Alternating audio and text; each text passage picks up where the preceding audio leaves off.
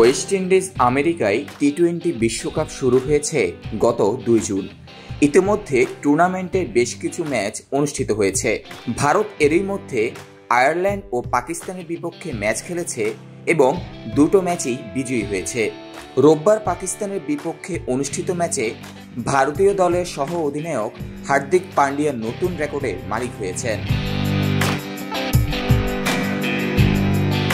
হার্দিক পান্ডিয়া এখন পর্যন্ত পাকিস্তানের বিপক্ষে 6টি টি-20 ম্যাচ খেলেছেন। এই 6 ম্যাচে তিনি 11টি উইকেট নিয়েছেন।